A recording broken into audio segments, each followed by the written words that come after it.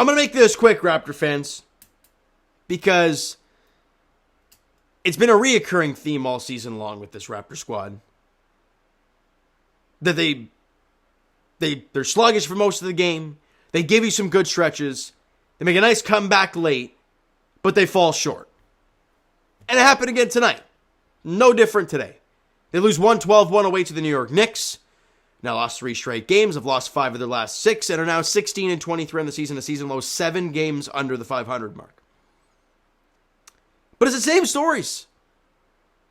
You know, okay, what does this Raptor team need? They need a big, an actual big.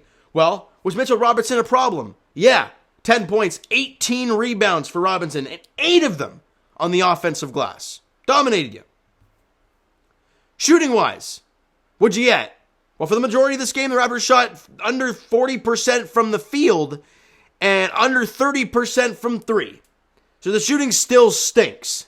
They end the game 42% from the field, 34% from 3 because they made some flurries late, 80% from the free throw line. Whereas the New York Knicks shot 47% from the field, 43% from 3. They were plus 6 in the 3 points made, so there's a plus 18-point differential. So that's a problem.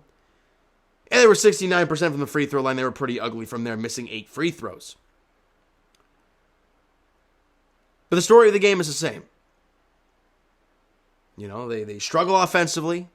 First half, they score 47 points. They allow 57. You're down 10 at the break. And we're all thinking, great, these third quarter woes, they're going to really kill the Raptors here. It's going to be ugly. Well, in the third quarter, the Raptors actually turn on the Jets and give you a 31-24 win in that quarter, and you're only down by 1 possession, a 3-point game going into the fourth. Well, in the fourth, you get absolutely demolished, and at one point, you're down, 15 late? But they give you the push. They give you that push, and at one point, with under a minute to play, you're down by only 2, and we're like, they can do it. No, they lose by 4, 112-108.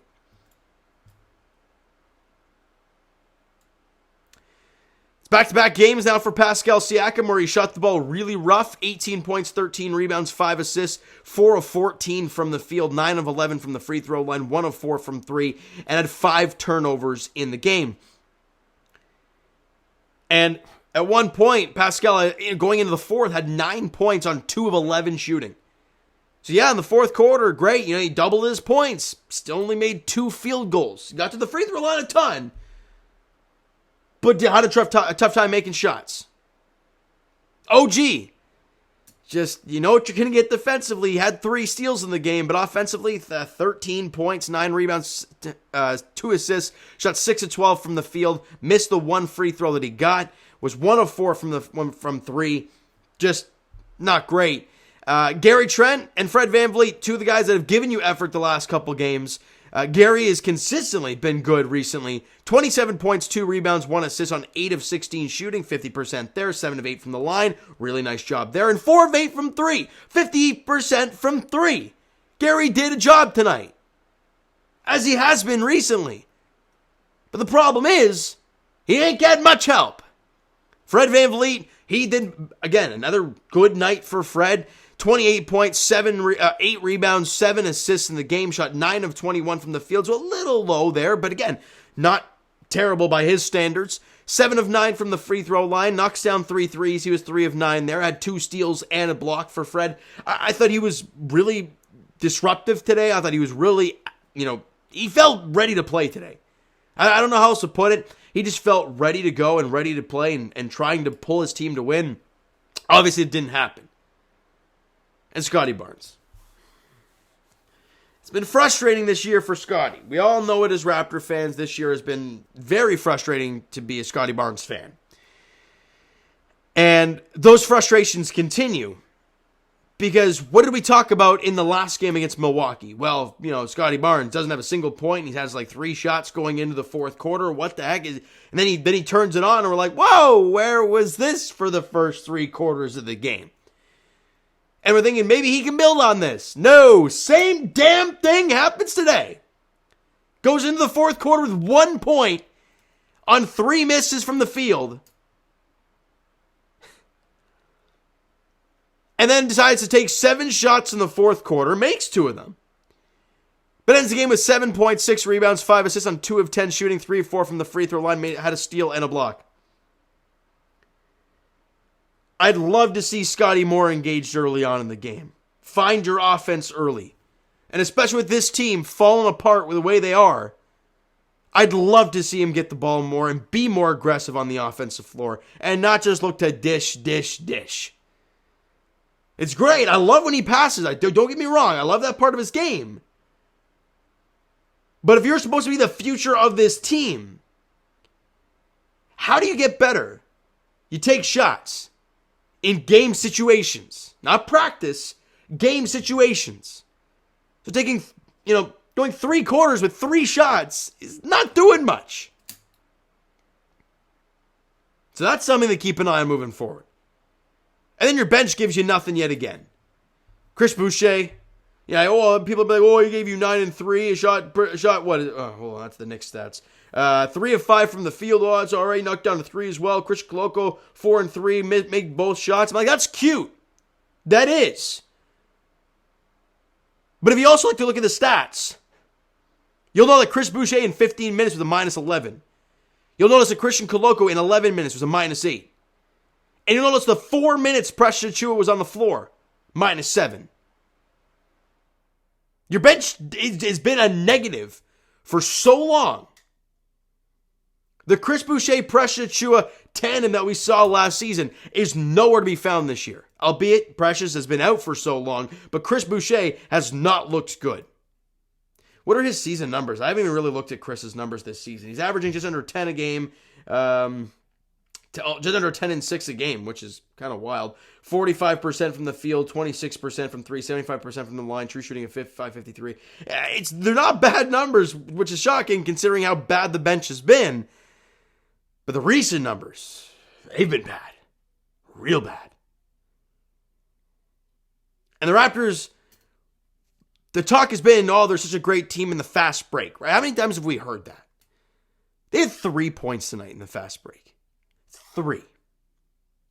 They had 19. You were minus 16 in that category. It's ugly. The only good news, and if you're looking at it for Tank Nation standpoint, a lot of big wins for those teams below the Raptors. The Oklahoma City Thunder, who were right below the Raptors in the standings, win, so they jump the Raptors. Somehow Charlotte goes to Milwaukee to take on the Bucks and wins. They score 138. Whatever. They get their 11th win in the season. They're still a ways below the Raptors. The Spurs, they win. They got 121 points today. They win their game. The Pistons still stink. But, they get a win, so that's okay. I don't expect them to even get close to the Raptors anyways. The Bulls, they were right above the Raptors. They beat Philly by 14, so that's good in that sense, I guess. And then the Minnesota Timberwolves, who kind of were where the Chicago Bulls are, they're up by 19 against the Los Angeles Clippers. So there's your kind of Tank Nation update, because the Raptors are now 7 games over 500, and we're about midway through the season. You got to know what this team is halfway through the year. And I think we know what this team's all about. It's painful, but we have an idea what this team's all about. The next game of the Toronto Raptors is another team who's going through a really tough time right now. Who are now, I believe they're 500 now. The Portland Trailblazers are now 19 and 19. They've lost 2 straight. They're 3 and 7 in their last 10 games. Neither team has been playing well. We're at home. Is anybody who's injured for Portland? Is Dame still there? Gary Payton's out. Who else is out for them? Nasir Little, Justice Winslow. So they more or less have most of their guys. Question is, who's going to battle with Nurkic? Dude had 19 rebounds today. He only averages 9.6 a game, but you haven't played the Raptors because Nurkic is 7 foot, 290 pounds. Who's going to body that? We'll have to see. It's a Sunday afternoon tip-off, 3:30 there, right in the smack dab of the last week of football. Shout out to Mar Hamlin. Love that he's doing better. Obviously, you guys saw the video I did the last 2 videos ago, where I was having the little chit-chat about DeMar Hamlin, about the situation, and how it was very emotional.